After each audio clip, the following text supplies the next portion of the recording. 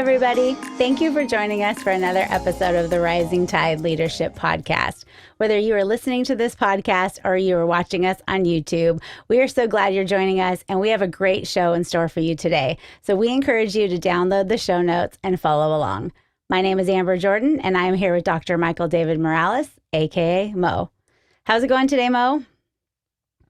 Hey, what's going on, Amber? I'm doing well. Got my big cup of coffee today, so I'm ready to go. Let's do it. Well, we've titled this episode, Leaders Promote Emotional Intelligence. And I remember when you asked me to read the book, Emotional Intelligence 2.0, a few years ago. And I remember thinking, why would he ask me to read this? I'm already really emotional. Right? I'm not even going to comment on that to protect the innocent, mainly me. Yeah, but I thought, wow, I excel at this emotional stuff. But really, because I had spent some time thinking about what it meant to be self-aware. So I kind of was aware of my own emotions and thoughts, what I didn't understand, and what you so kindly pointed out, was that there's a difference between being self-aware and socially aware, which is what Emotional Intelligence 2.0 talks about. And so I really, I understood myself in a way, but I didn't understand how my leadership or my the way I communicated with people, how that affected their thoughts and their emotions. And so in their book, they say this quote, they say, relationship management is your ability to use your awareness of your own emotions and those of others to manage interactions successfully. And I thought that was really good. And so we're going to talk today about managing interactions successfully. And you have 3 things that you think leaders are really important for leaders to do that help them promote emotional intelligence and manage those interactions successfully. So why don't you tell us what the first one is? Sure. The first one that we want to talk about today is this: leaders always improve communication. And this is kind of a twofold point here. And leaders are always about communication, right? We talk about that all the time.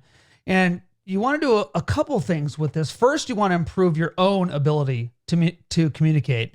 And this, of course, is a lifelong process. And there's that word again. We talk about it being a process.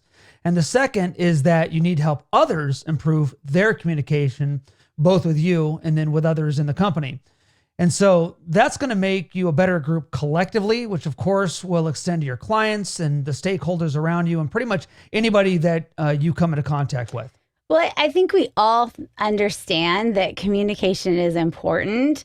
And, I think we try to be good communicators, but it's not our fault that other people don't understand us, right? Except for, I'd say I'd love to help people improve their communication, but they just don't get it. They don't understand what I'm trying to tell them. To which you would respond, it's not their fault, it's your fault. Yeah. So how do we become more aware of our own needed growth in communication?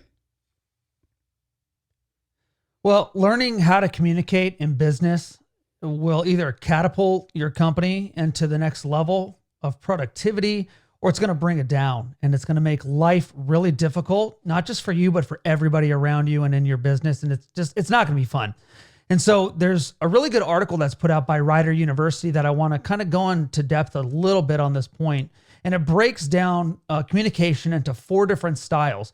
And today, when we go over these styles in depth, just a little bit, but not too much, of course, you'll learn that it's important to begin to recognize the different styles and see which one that you maybe lean towards and lean away from, right? So not to say that you need to put yourself in a box, because we never want to do that, and that's never what these are about. But it's more just figuring out, well, how do I start? And this might be a good place to start. So this isn't an extensive list, but it's a good list. And it's one that you might use. But if you don't know where to start, this could be it. So here you go.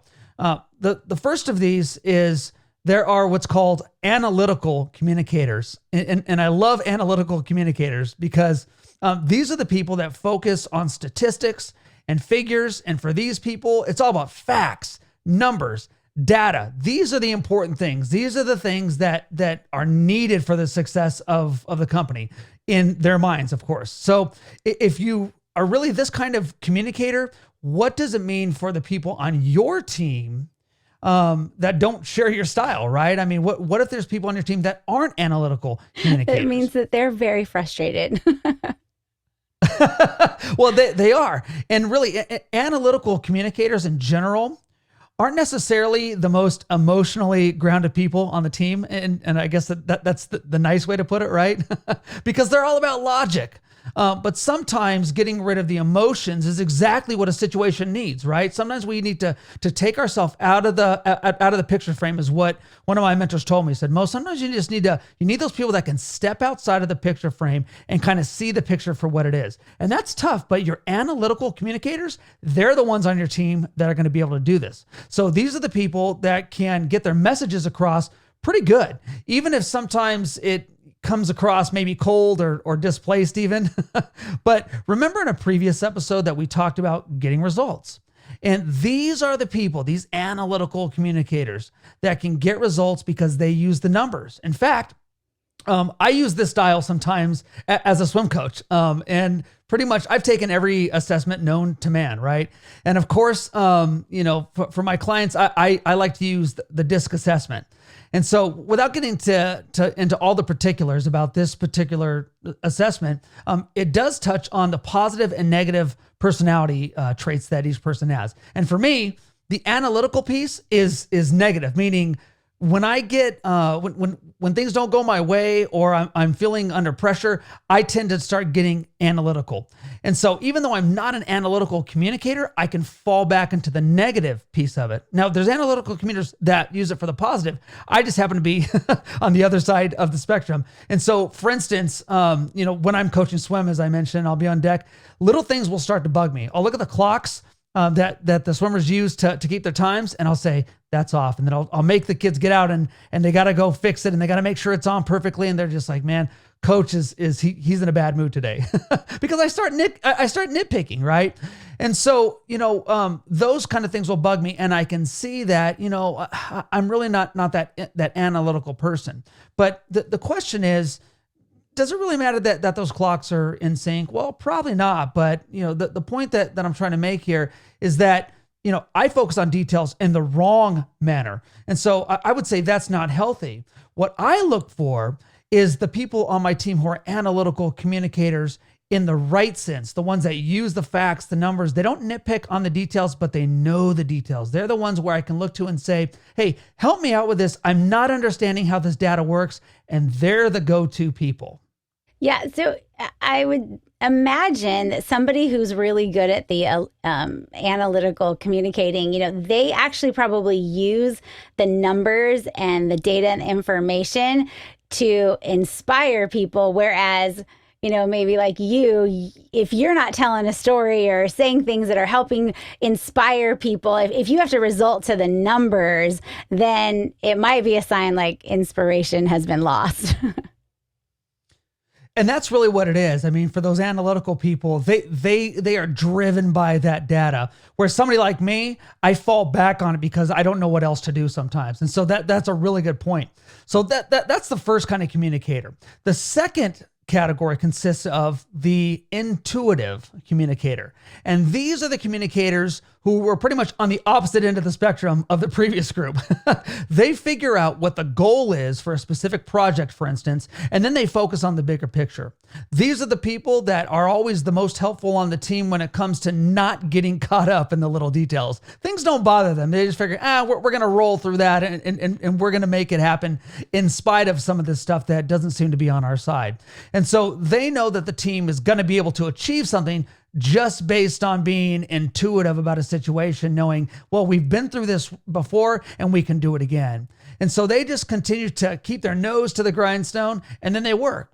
This is what Jim Collins, for instance, refers to in his book, Good to Great, as the hedgehog concept. And I love the hedgehog concept because what it says is that at some point at the beginning of a project, the team has to put in the work. There's no substitution for good, hard work. Nothing that has ever been achieved has been worth anything if it didn't take a lot of time and effort. And as my dad used to call it, a little bit of elbow grease, meaning sometimes all the facts and the figures, all those things, they do matter. But if you just work hard enough, you're going to figure it out. You're going to figure, if I keep working hard and using that elbow grease and just getting down and dirty, things are going to end up going your way. And so you just kind of hold onto that intuition. And remember, we've talked about Angela Duckworth, right? And she says in her book, which is called Grit, and I mean, that kind of gives away the whole book, right?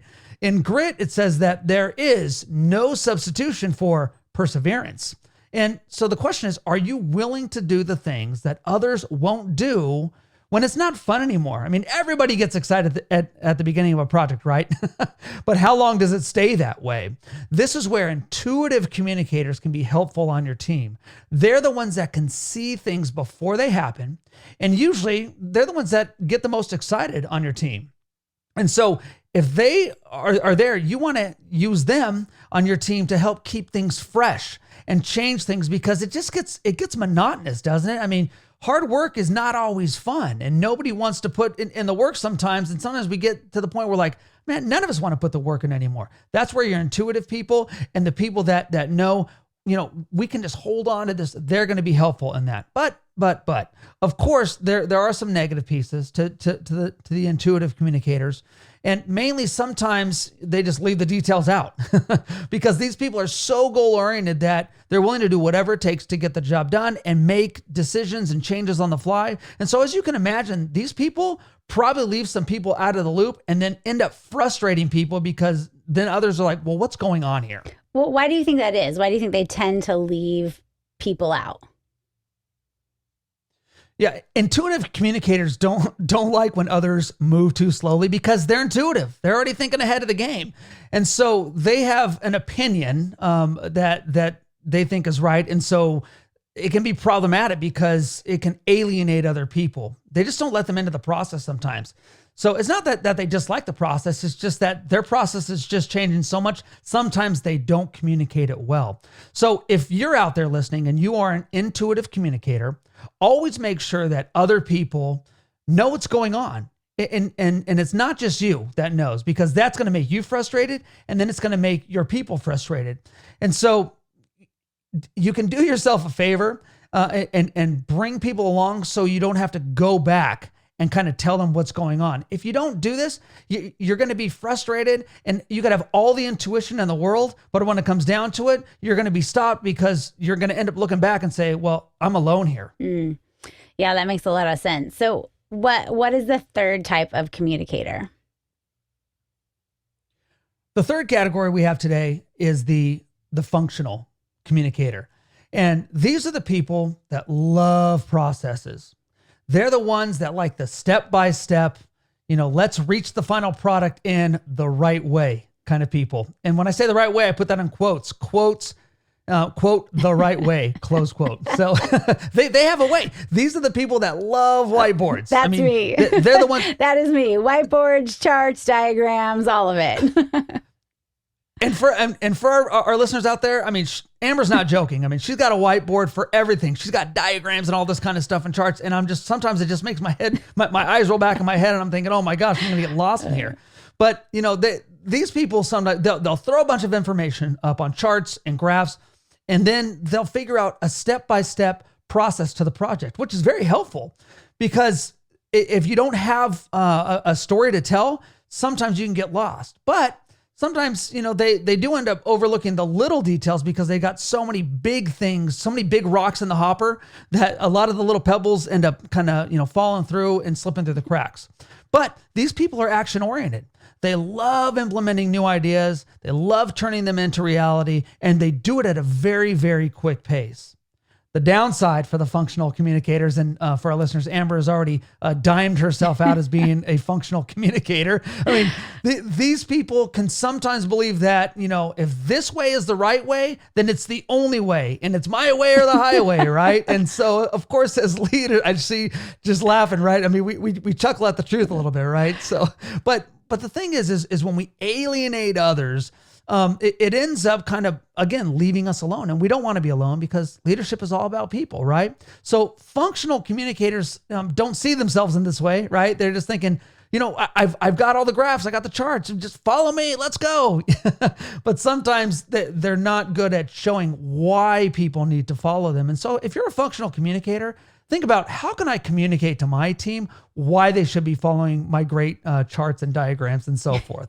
So if you're in this category, yes, the right way matters. I know you're out there thinking, if you're listening in the car and you're a functional communicator, you're just like, banging the dashboard, and you're just like, Mo, it does matter. Yes, the right way matters. But remember this, there's a lot of different right ways. And even if your right way is the best way, which I'm sure a lot of the times it is, because functional communicators put so much time in, remember this. Remember that results matter, but relationships are always front and center. And so when you get frustrated with people out there, if you're a functional communicator, you need to take a step back and remember that your charts and your graphs and all the information that you have, they're important, but they're not as important as relationships and the people who are in front of you. Yeah, that could not be more true, which is why the next communicator is especially helpful for me, but I think can be really helpful for our listeners too. So why don't you explain to us, what is the fourth type of communicator? The final category is this: personal communicators. And these are the people, the personal communicators, that are the people who hold the team together. If you're hanging by a thread, these are the people who are skilled in seeing a ton of different perspectives and learning the reasoning behind why people form their specific ideas. And they're thinking, well, this person thinks that, but this person thinks that, and I got to get them on the same page. And they're always working. They're always working to communicate with other people. And they're always lobbying for somebody to come to a new idea, because they know that this person needs to come on board so that they can be successful. And these personal communicators are like gold. And because they have this skill, this people skill, they ensure that everybody understands everybody else on the team and what they're thinking. Even sometimes when people don't want to be a part of that process. But because these people are inspirational, they're the ones who foster trust. They're the ones who are always out there. They're willing to lend a helping hand. They're willing to jump into the process and try to understand why everybody else on the team thinks the way that they do. And they always try to leverage the buy-in. That's why I love personal communicators. They're the ones who are saying, let's buy into this process. Let's be on the same team. Let's do this together. Now, the downside for these personal communicators is that they can make other people feel really uncomfortable because they don't know boundaries very well. They're all about, hey, work's over. If I have a question, I'm just going to call you at home tonight. And you're thinking, no, don't call me at home. I'm going home so I can get away from you for a little bit, right? And I need to get away from your inspiration for, just the next 16 hours, but I'll be back, right? But these people are usually just, they're probably the most emotional people on your team. And they can get upset quicker, and they can have thin skin sometimes. And that's some of the downsides. And of course, they never feel, these personal communicators, they never feel like everybody else is kind of invested enough or as much as they are. And so, they do well in relationships, but at the same time, sometimes they can end up, again, alienating themselves. Yeah, I have somebody on my team who is this to a T. Although I will say she's pretty good with boundaries because she's done a lot of work on her own emotional intelligence. But she's definitely this person. And because she has connectedness as her top strength, she is always thinking about, does everybody know everything that they need to know? And do we have all the information we need so that we can all do what we need to do? And how's everybody on the team feeling about what we just heard and all of this stuff? But she's so great at that. Then she really helps keep me kind of off the whiteboard or pulls me out of the diagram so that I can make sure that I'm connecting with people and actually communicating whatever it is I've dreamt up on the whiteboard, that I can communicate it with people. Because I'm thinking, I've got it up there. Everybody should know where we're going and what we're doing. And she's always bringing it back of like, okay, but now can you really tell us in a way that we all kind of get it? And so, man, she really is the glue that holds us together. And yes, for this girl on your team and for other personal communicators out there, they're great at helping people with somebody with your style, right? For instance, because they help to levitate you a little bit and get you, like you said, away from the whiteboard, away from the diagram. And so, as you and I have talked about in the past, it's good for us to relinquish some of the power to allow other people to bring us to kind of sometimes even put our head in the clouds a little bit and say, let's dream a little bit bigger, right? Because sometimes, you can be so focused on getting things done that you forget to dream a little bit. So these people, these personal communicators, they're the most relational people on your team. They're the ones who care about people more than anything else, and they're willing to sacrifice stuff for the sake of relationships. And that's great. Those are the people you want on your team. They understand that in the end, relationships are the most important thing above all else. And so with all that being said, my question for all of our listeners out there is this: what kind of communicator do you most associate with? I'm not saying that, again, that you are just one or put yourself in a box, but when I was talking and when me and Ann were conversing, which one did you kind of think, hey, that's kind of like how I am? Because it's not about just kind of, making yourself say, well, this is just how I am, because I don't believe in this is just how I am. I believe that leaders are always getting better, right? But you need to understand that you need to figure out where you are, and maybe you can use these kind of 4 categories to start and then run with it. Secondly, another question is this: what kind of communicators do you have on your team? Because chances are, if you were to write them all down, write all your people down on a piece of paper, which I would strongly recommend. If you could assign them to one of these communication styles, where would they fall? Do you have a lot of people in one category or another? Because again, these aren't perfect, but it's a great place to start to find out the uniqueness of the people on your team. And when you realize that people are unique and different on your team, then you're going to get less frustrated when people don't understand you. And instead, you're going to begin to do whatever you can to understand their particular communication style, which is going to put you in a position to be a better leader. So, Mo, we talk a lot about living in our strengths or doing what we do best, and then surrounding ourselves with people that maybe excel at some of our weaknesses. But it sounds here like you're talking about maybe we need to adapt our communication style towards other people's style. Can you help me understand that a little bit? Sure. I mean, when you communicate with people from all these different kinds of styles, it's gonna make you more in tune with the needs of each of those individuals, the team, and then the company as a whole. And so this is how leaders make themselves invaluable.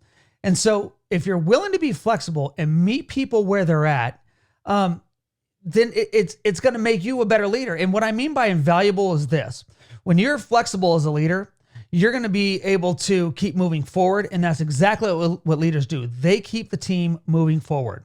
So we have a saying that I've lived by for years, and it's this: blessed are the flexible, for they will not be broken.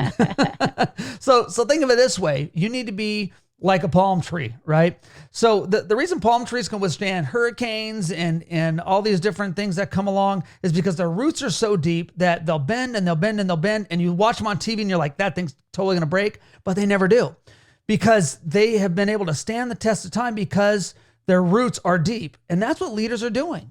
We are building our roots deep relationally with all the different people and the different styles on our team, so that we don't bend, and when the hurricanes, or that we don't break, so that when the hurricanes of life come, you're never going to break, because you're continually letting those relational roots get deeper and stronger. Well, Mo, we are just about out of time, but we are going to cover the next 2 points in part 2 next week. But this has been really helpful, and it sounds like we all have some homework to do in making our lists and reviewing the communication styles of our people. So before we go, what are your final thoughts for us today? Yeah, next week's going to be a lot of fun, because we're going to go a little bit more in depth on what it means to have that emotional intelligence and how to put it to work. And so this week, my encouragement for you is this: to write down, just like you said, on a piece of paper, those people on your team, and figure out their communication styles. And again, you don't got to be perfect. Just try to figure it out a little bit. Have some fun with it. And so you don't have to show anybody. This is just for you. And remember, this isn't anything scientific. It's just so that you can start thinking about your people in a different way, from a different angle. So take a few moments and do what you can in that venture to maybe start raising your own communication skills and help those around you to do the same. Well, that brings us to the end of this episode. Thank you, everybody, for joining us, and we look forward to seeing you next time.